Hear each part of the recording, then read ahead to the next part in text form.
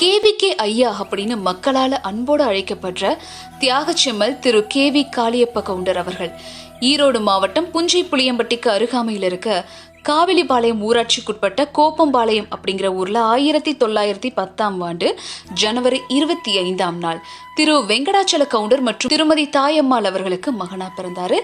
இப்பகுதி மக்கள் அன்போட இவரை கோப்பம்பாளையம் தம்பி கவுண்டர் அப்படின்னு அழைப்பாங்க. இவர் பூளுவ வேட்டுவ கவுண்டர் குலத்தை சேர்ந்தவர்.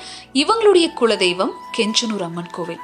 இவர் தன் இளமை பருவம் முதலே இந்திய தேச விடுதலைக்காகவும் ஆங்கிலேயரை விரட்டி அடிக்கணும் அப்படின்ற எண்ணத்தை முழு மூச்சா கொண்டும் பக்கத்துல இருக்கிற கிராம மக்களை ஒண்ணு திரட்டி விடுதலையின் முக்கியத்துவத்தை பத்தியும் நாடு பயன்பெறும் விதத்தை பத்தியும் எடுத்து சொல்லியிருக்காரு. நாடு விடுதலை அடைச்சதுக்கு அப்புறமா இவர் இந்திய விடுதலை போராட்ட தியாகியாகவும் கௌரவிக்கப்பட்டிருக்காரு.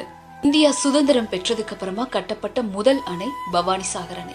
இந்த அணை கட்டும் பணியானது 1948 ஆரம்பிச்சு 1955 நிறைவு பெற்று 1956 நீர்ப்பாசனத்துக்காக திறக்கப்பட்டிருக்கு. இந்த காலகட்டத்துல இவர் ஜில்லா போர்டு மெம்பராகவும் இருந்திருக்காரு.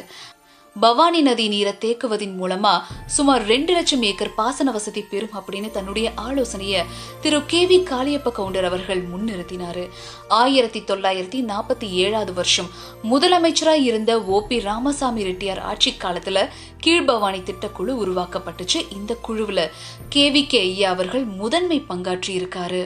நாடு விடுதலைக்கு அப்புறமா காமராசருடைய அன்பு தொண்டரா கல்வி பணிய கிராம மக்களுக்கு கொடுக்கறதுல தீவிரம் காட்டி நிலக்கொடை மற்றும் பொருட்கொடை வழங்கி துவக்க கல்வி மற்றும் உயர்நிலை கல்வி வளர்ச்சிக்கு அடிக்கோலி இருக்காரு. இவர் தன்னுடைய சொத்துக்களை கல்வி சேவைக்காகவும் கொடையா கொடுத்திருக்காரு. அது மட்டும் இல்லாம தன்னுடைய சேமிப்பு தொகையையும் பள்ளி கட்டிடம் கட்ட செலவழிச்சிருக்காரு.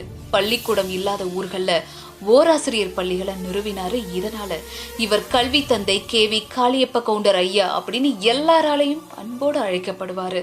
இதனால அரசு பள்ளிக்கு கேவிக்கு ஐயாவுடைய பெயரையே வச்சு அப்பள்ளியில கேவி காளியப்ப கவுண்டர் ஐயாவுக்கு சிலை அமைச்சு மணிமண்டபமும் அமைச்சிருக்காங்க.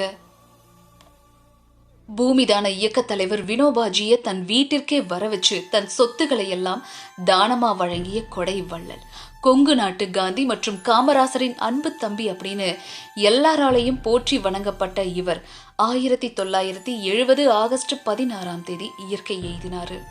பவானிசாகர் அணை அமைய முக்கிய பங்காற்றிய கேவிகே ஐயாவை போற்றும் வகையில பவானிசாகர் அணை பூங்கா வளாகத்திலேயே கேவிகே ஐயா அவர்களுக்கு சிலை அமைச்சு மரியாதை செய்யணும் அப்படின்னு இப்பதிவின் மூலமா வேட்டுவர் டிவியின் சார்பாக நாம் கேட்டுக்கொள்கிறோம். கல்வி தந்தை கேவி காளியப்ப கவுண்டர் அவர்களின் 116வது பிறந்த நாள் ஜனவரி 25, 2025 சனிக்கிழமை அன்று புன்சை புளியம்பட்டி கேவிகே அரசு ஆண்கள் மேல்நிலைப் பள்ளியில் நடக்க இருக்கிறது.